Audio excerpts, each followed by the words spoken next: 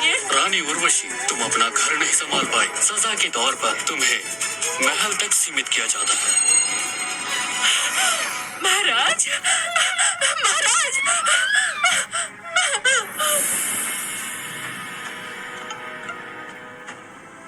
रानी आरती, दूसरा राजकुमार तुम्हारा अपना खून है, उसकी देखभाल की जिम्मेदारी तुमने पूरी नहीं की। महाराज, आपने सही कहा। दूसरे राजकुमार की जन्मतिथि के बारे में तुम सब जानती हो। वापस चली जाओ। जी। छोड़ दो इसे।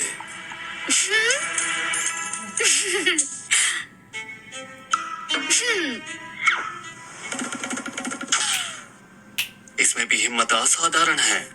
ये कोई आम औरत नहीं है। देवांग, हुकुम महाराज। मेरी तरफ से एक काम निपटा दो। महोदया, आप ठीक है? हाँ, मैं ठीक हूँ। अच्छा हुआ मैंने वक्त पर संभाल लिया, वरना आज मेरी जान चली जाती। महोदय को प्रणाम। महोदय, मैं महाराज का फरमान लेकर आया। आपको अपना निवास बदलना होगा। कहाँ जाना है? त्रिदेव महल, मोक्ष कक्ष। त्रिदेव महल, महाराज का शयन कक्ष, मोक्ष कक्ष। लेकिन मैं यहीं नहीं रुक सकती, यहाँ मुझे काफी सुकून है। महोदय, कृपया मुझे मुश्किल में मत डालिए। महाराज के हुक्म की नाफरमानी ना करें। मेरे साथ चलिए। एक चिड़िया, दो चिड़िया। हाँ।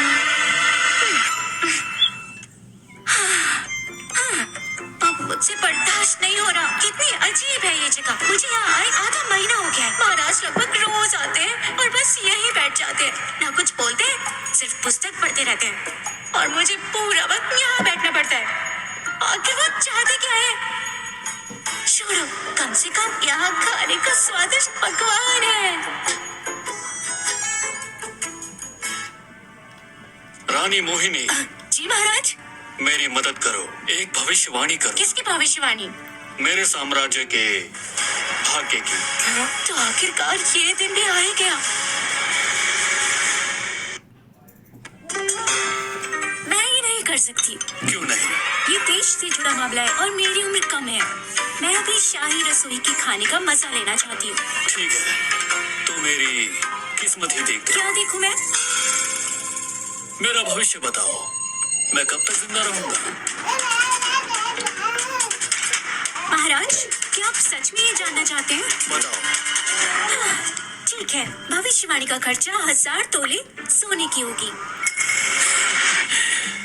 अच्छा मोहिनी, तुम्हारी हिम्मत वाकई काबिल तारीफ है। तो फिर तुम यहाँ रह सकती हो। कितना अजीब है। कोफ्ते, शाही कढ़ी पनीर पसंदा, कीमा, मसाला दाल और अंडे पूरे नहीं है बिल्कुल। त्रिदेव महल के मोक्ष कक्ष में रहना मुझे महाराज के और करीब तो ले आया है, लेकिन यहाँ का खाना सच में लाजवाब है। महोदया, आप इतनी शांति से कैसे खा रही हैं? बिल्कुल, खाने से ज्यादा जरूरी कुछ नहीं होता। आपको अंदाजा भी नहीं है कि महल में कितनी नजरें आप पर टिकी हुई हैं। महाराज काम में इतने व्यस्त रहते हैं कि कई दिनों से हरम में गए ही नहीं, लेकिन यहाँ मोक्ष कक्ष में वो रोज आते हैं, सिर्फ थोड़ी देर बैठने के लिए। और जब भी आते हैं अर्सियां देखते रहते हैं। इसमें मेरी क्या गलती? पर ये बात बाकी थोड़ी जानते हैं। पूरे महल में बातें हो रही हैं कि आपने जादू टोना करके महाराज का खास प्यार पा लिया है। मुझे आपकी चिंता हो रही है। डरने की क्या बात है? खुद आसमान ने लिख दिया है कि जब तक मैं कामचोर बनी रहूंगी, बिना मेहनत के जीत जाऊंगी। ये शाही कढ़ी बहुत स्वादिष्ट है, खा के देखो। अगर किसी को कुछ कहना है तो अभी बोलो, नहीं तो दरबार बर्खास्त। महाराज, मेरे पास एक अर्जी है। बोलो। मोहिनी जैसी एक मामूली औरत कैसे महाराज के साथ एक ही महल में रह सकती है? ये बिल्कुल अनुचित है।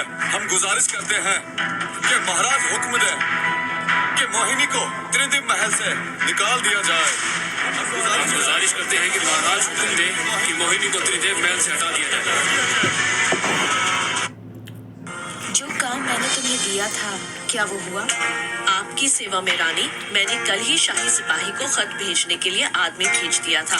मुझे यकीन है कि आज दरबार में शाही सिपाही उस मनहूस औरत के खिलाफ अर्जी पेश करेगा। बहुत अच्छी। उस औरत में चाहे थोड़ी काबिलियत हो, लेकिन वो बस एक नीचे दर्जे की औरत है। न उसका कोई खानदान है, न कोई सहारा। मुझे नहीं लगता महाराज उसके लिए अपने पुराने मंत्रियों को जलील करेंगे। हम गुजारिश करते हैं कि महाराज हुक्म दें कि मोहिनी को त्रिदेव महल से हटा दिया जाए। मैं विनती करता हूँ कि महाराज जल्दी फैसला करें। एक जादुई औरत को तरजीह देना मुल्क के लिए बदशगुनी है महाराज। कृपया फिर से सोचिए। बस इस मामले का मैं फैसला खुद करूंगा। दरबार बर्खास्त। इतनी सारी अर्जियां सिर्फ इस बात के लिए कि मोहिनी को हटा दिया जाए। क्या उनकी नजर में मैं सिर्फ एक बेवकूफ हूँ? मोहिनी साधारण नहीं है। अगर मैं उसे अपनी नजरों के सामने ना रखूं तो चैन कैसे मिलेगा? हेलो महाराज, एक जरूरी खबर है। दक्षिण में अकाल पड़ चुका है, जमीन बंजर हो चुकी है और लोग मर रहे हैं।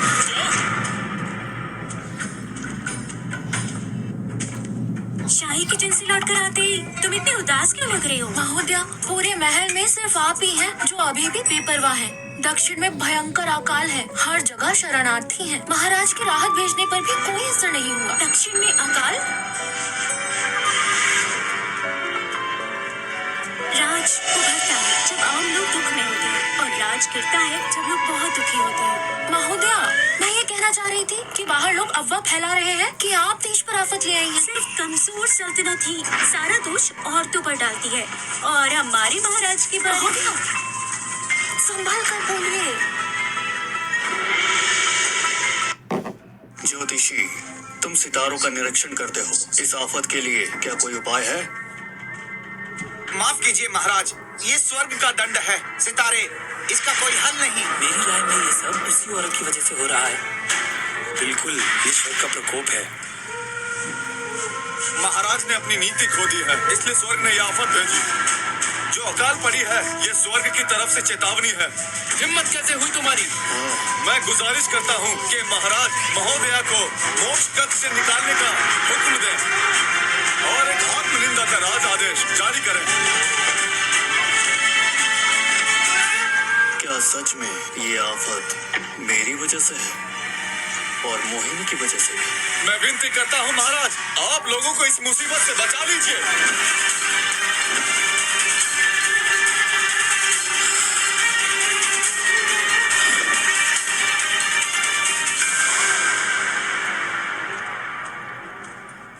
वहाँ से बस इतना ही संदेश आया है। क्या शाही सिपाही ने महाराज को आत्मनिंदा का आदेश लिखने पर मजबूर किया है? हाँ, कहते हैं उस वक्त महाराज का चेहरा बिल्कुल काला पड़ गया था। मैंने तो बस कहा था कि थोड़ी सी अफवाह फैला दो। उसने तो हद ही पार कर दी। रानी, क्या हम थोड़ा ज्यादा आगे नहीं बढ़ गए? महाराज ने एक मामूली औरत को त्रिदेव महल में रख दिया। क्या उन्हें लगता है कि मैं उनकी महारानी मर चुकी है? आज 15वीं तारीख है, महाराज को आना ही पड़ेगा। ये महारानी का खास दिन होता है।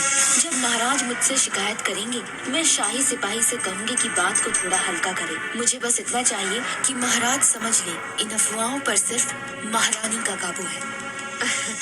रानी बहुत बुद्धिमान है। जाकर देखो रसोई में पकवान कैसे बन रहे हैं। जी,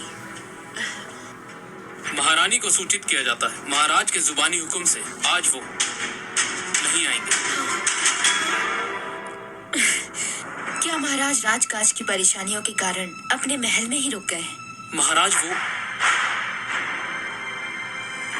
महोदय के कमरे में गए हैं। क्या?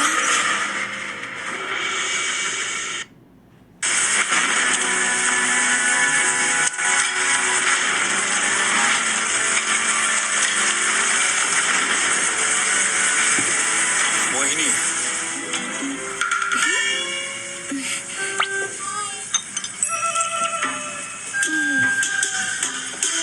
प्रणाम महाराज। बताओ, क्या ये प्राकृतिक विपत्ति सच में मेरी वजह से हुई है? प्राकृतिक आपदा प्रकृति का खेल होती है, इसका मनुष्य से क्या संबंध? क्या मानव स्वर्ग को आदेश दे सकता है कि बारिश हो या ना हो? पर ज्योतिष कह रहा है कि यह स्वर्ग का दंड है और महामंत्री कह रहे हैं ये सब मेरी वजह से हुआ। अरे बस कीजिए, वो मुझे राज्य विनाश करने वाली कह रहे हैं। अगर उन्हें सचमुच स्वर्ग पढ़ना आता होता तो कब वर्षा होगी ये पहले ही बता देते। अब भटक क्यों रहे हैं? तो तुम ही बताओ, इस विपत्ति का कारण क्या है, बताओ। गांठ खोलनी हो तो उसी हाथ को ढूंढना पड़ता है जिसने उसे बांधा हो। क्या मतलब? अगर स्वर्ग वर्षा नहीं भेज रहा तो स्वर्ग से ही पूछो। पर कैसे?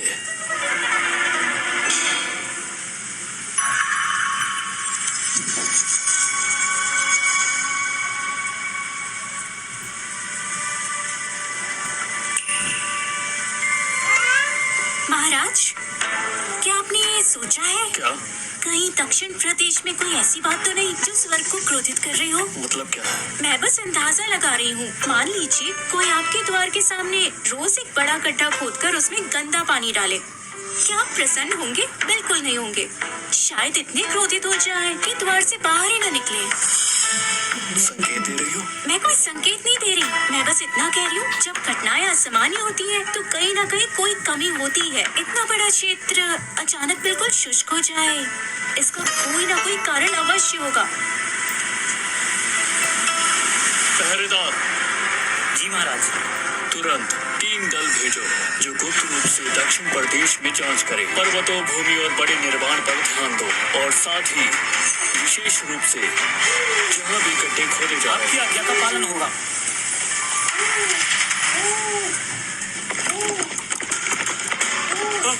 महाराज, महाराज, महाराज, अत्यंत गुप्त संदेश आया है दक्षिण के 100 किलोमीटर दूर से।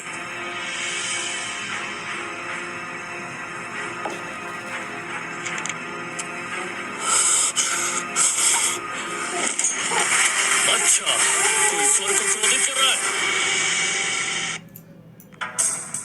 महाराज, क्रोध स्वास्थ्य के लिए हानिकारक होता है, क्रोधित ना हो। मोहन परिवार के नीच लोग, उन्होंने महारानी उर्वशी के प्रभाव का उपयोग करके नीची बांध बना लिया। बहुत ही दुष्ट लोग हैं। ये तो वाकई बहुत नीच हरकत है। मेरा राज आदेश जारी करो, उस परिवार के सभी बड़े पुरुषों का सर कलम किया जाए, बचे पुरुषों को कैद किया जाए, सभी स्त्रियों को राज्य की दासी बना लिया जाए। महाराज, और दक्षिण सेना को सूचित करो कि बांध को तोड़ दिया जाए ताकि सूखा समाप्त हो और मदद की जाए। तुरंत व्यवस्था की जाएगी। मेरे मामा के पूरे परिवार को मार दिया जाएगा या देश निकाला मिलेगा? मुझे तुरंत महाराज से मिलना है। सब लोग बाहर जाओ। मोहिनी, तुम रुक जाओ। महाराज, क्या बात है? क्या कोई चिंता है? ये समस्या तुम्हारी वजह से सुलझी है, तो बताओ क्या चाहिए? पुरस्कार? महाराज, मैं आपसे विनती करती हूँ कि मेरे मामा के परिवार को क्षमा कर दीजिए। तुम्हारी हिम्मत कैसे हुई? ये महारानी सच में बुद्धिहीन है। सम्राट अभी भी क्रोधित है, फिर भी ये उन्हें और भड़का रही है। महाराज, मेरे मामा के परिवार का कोई दुष्ट इरादा नहीं था। चुप रहो। तुम्हारा परिवार पूरा का पूरा अधर्मी है और तुम्हारे अंदर दया नहीं है। महारानी उर्वशी, आज से तुम्हारा दर्जा घटा दिया जाता है और तुम्हें 1 वर्ष के लिए कैद रहना होगा। सैनिकों, ले जाओ इसे। महाराज, महाराज। तुम्हें क्या इनाम चाहिए, मोहिनी? हाँ, मैं अपनी इच्छा बताना चाहती हूँ। क्या आप वो 7 वाले कक्ष के गुलाबी चंदन के पलंग को हटाकर वो कठोर लकड़ी का पलंग लगवा सकते हैं? ये नया पलंग बहुत नरम है, मेरी पीठ में दर्द होने लगता है। तुम सच में बहुत क्या? विचित्र हो। धन्यवाद महाराज। महाराज ने सच में मोहिनी को राज्य की विशेष महारानी का पद दे दिया। हाँ, और वो भी सभी दरबारी अधिकारियों के सामने। महाराज ने ये भी आदेश दिया है कि आज से कोई भी मोहिनी को जादूगरनी रखेल कहकर नहीं बुलाएगा। क्या महाराज उसे वास्तव में बहुत प्यार करते हैं? वो छोटी सी लड़की बहुत चालाक है। आप चाहे तो मैं उसे सबक सिखा दूं। इधर आओ।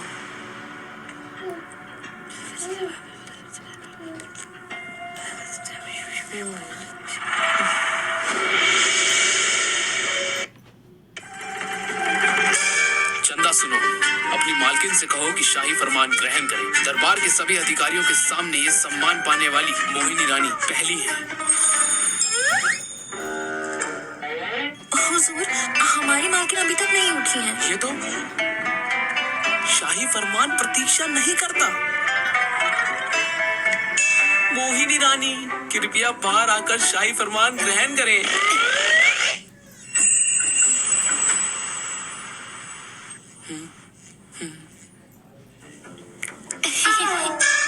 हुजूर, हमारी मालकिन अगर अपने आप नहीं जागती तो किसी के बुलाने पर भी नहीं जगती। आप यही फरमान रखकर चले जाइए। पर अब मोहिनी रानी महाराज की सबसे प्रिय है, उनके पास अवश्य ही कोई विशेष अधिकार होंगे। मुझे सावधान रहना चाहिए। ठीक है, मैं शाही फरमान यही रख देता हूँ। तो ठीक है, अब मैं चलता हूँ।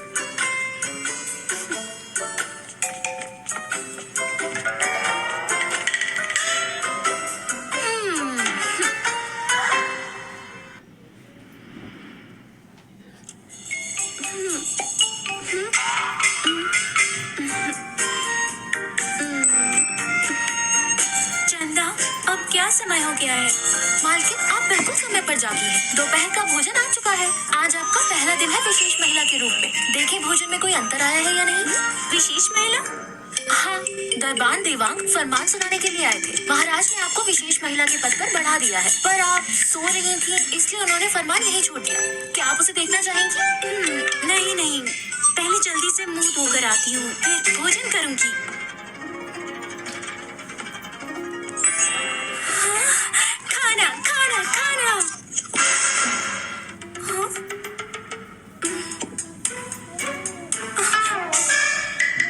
अरे, ये क्या है? अब तो मैं विशेष महिला हूँ ना, और मुझे ये खिला रहे हो? कहीं कोई गलती तो नहीं हुई? कोई गलती नहीं हुई। विशेष महिला, आपको यही भोजन मिलना नियमित रूप से निर्धारित है।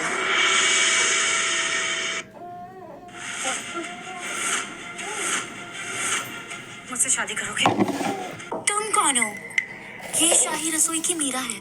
यही प्रबंधन करती है रसोई का। शाही रसोई से ये कैसा भोजन भेजा गया है? मुझे ऐसा भोजन परोसा जा रहा है, विशेष महिला बनने से पहले भी मैं इससे अच्छा खाती थी। विशेष महिला, आजकल शाही रसोई में खर्च कम किया जा रहा है। यहाँ तक कि महारानी भी हर दिन शाकाहारी भोजन करती हैं। और आपको तो मुर्गे और बकरी का मांस भी मिल रहा है, जो कि अच्छा माना जाता है। अच्छा, तुम जानबूझकर मुझे परेशान कर रही हो। जानती हो ये जगह कौन सी है?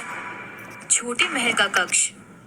तो तुम्हें पता है ये छोटे महल का कक्ष है। महाराज की आंखों के बिल्कुल सामने तुम मुझे नीचा दिखाने का साहस कर रही हो। क्या तुम अपनी मृत्यु को निमंत्रण दे रही हो? महाराज रोजाना व्यस्त रहते हैं। उनके पास इतना समय नहीं कि तुम क्या खा रही हो उस पर ध्यान दे। मैं तुम्हें सलाह देती हूँ, अपनी सीमा में रहो और अपनी औकात पहचानो।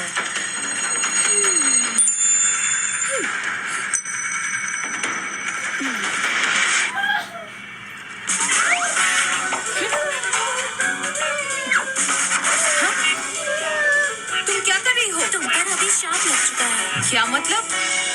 मैं जानती हूँ तुम किसी के आदेश पर काम कर रही हो, पर पर्दे के पीछे कौन है मुझे उससे कोई लेना देना नहीं। मुझे सिर्फ पेट भर स्वादिष्ट और अच्छा भोजन चाहिए। मेरा यह अभिशाप तुम्हारे भाग्य को उलट देगा, तुम्हारी उन्नति रोक देगा। अगर तुमने मेरे भोजन में कंजूसी जारी रखी तो जीवन भर दुर्भाग्य झेलना पड़ेगा। बकवास बंद करो। 2-4 शब्दों से मुझे डराने की कोशिश मत करो। मानो या ना मानो, मुझे कोई परवाह नहीं। चंदा, इन्हें छोड़ो। जी, मीरा जी, कृपया जाइए। तुम, अरे मुझे धक्का मत दो। सोचती हो कागज का टुकड़ा मुझे डरा देगा? क्या मैं कोई 3 साल की बच्ची हूँ? आपातकाल, मीरा जी, मुसीबत आ गई है। शाम के दावत के पकवान में गड़बड़ हो गई है। क्या? मुझे वहाँ ले चलो। मेरी रानी, आप तो सच में कमाल है। वो महिला अधिकारी अब मुसीबत में फंस गई है। क्या सच में कुछ हो गया? हाँ, पर मेरी रानी, आप इतनी हैरान क्यों हैं? ये तो आपके ही अभिशाप का असर था ना? अरे भगवान, मैं तो बस यूं ही वो मंत्र रेखा बना रही थी। इस महल में कोई इतनी आसानी से अभिशाप कैसे कर सकता है? अगर किसी को पता चल जाता तो सीधा गर्दन उड़ाती जाती। फिर आपने इतने विश्वास से कैसे कह दिया कि उसे जिंदगी भर दुर्भाग्य झेलना पड़ेगा? मैं तो बस सोच रही थी आज रात चुपके से शाही रसोई में घुसकर उसके लिए थोड़ी गड़बड़ कर दूं। हाँ? क्या? कुछ नहीं। तो वो महिला अधिकारी सच में मुसीबत में है। जल्दी किसी को भेजो, पूरी बात का पता लगवाओ। हाँ?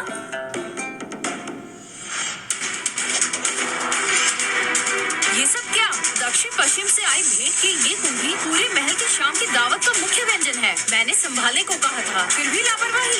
ये हम दासों ने आपके आदेश का पूरी तरह पालन किया। इन्हें ठंडी और नम जगह पर रखा, समय समय पर पानी भी दिया, लेकिन पता नहीं कैसे अब इन सब में सड़ी हुई बदबू आ रही है।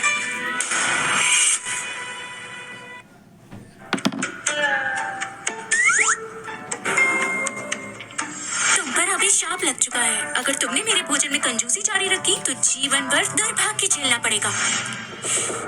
जरूर उसी ने ये शरारत करवाई है, वो नीच औरत। ओह, शाही रसोई में चीजें इस तरह चलती। समझ गई, बात यही है। लगता है मेरी किस्मत सच में बहुत अच्छी है, यहाँ तक कि भाग्य भी मेरा साथ दे रहा है। कुछ ना करना ही जीवन का असली राज है। विशेष महिला, तुम इतने निर्दयी कैसे हो सकती हो? मुझे भरवा पदक चाहिए, कुश्ती कोफ्ती, भुना हुआ बकरे का मांस, खट्टी मीठी पसलियाँ और मीठी खमीर भात की खीर थी। जब पेट भर खा लूंगी तुम्हारा अभिशाप हटा दूंगी। तुम नहीं चाहती ना कि महाराज को पता चले कि महल की दावत के मुख्य व्यंजन उन कुंडियों को तुमने बर्बाद कर दिया। मैं तुम्हें यूं छोड़ने वाली नहीं हूँ। मेरी रानी, रसोई की मुखिया बहुत क्रोधित लग रही है। क्या वो अपने साहिब से शिकायत करेगी? वो ऐसा नहीं करेगी। महल की दावत परसों है। अगर उससे पहले कुंभियों की समस्या हल नहीं हुई तो उसकी गर्दन जा सकती है। उसके लिए क्या अधिक महत्वपूर्ण है, मुझसे बैर लेना या अपना जीवन बचाना? मुझे लगता है उसे इसका उत्तर पता है।